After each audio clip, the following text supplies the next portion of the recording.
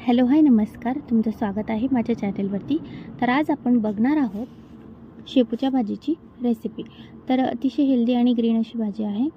तर सर्वप्रथम आपण हिरवी मिरची जिरे मोहरी तेलामध्ये फ्राय करणार आहेत. त्यानंतर भिजवलेली मुगाची डाळ आपण घालणार आहोत.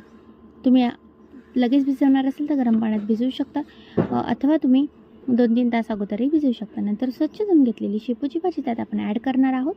ती केल्यानंतर मीठ टाकायचं आहे, वाफवायचे आहे आणि हवं असेल तर पाणी टाकायचं आहे, नसेल तर त्यामध्ये तुम्ही कोरडेही करून घेऊ शकता. Like, share, subscribe.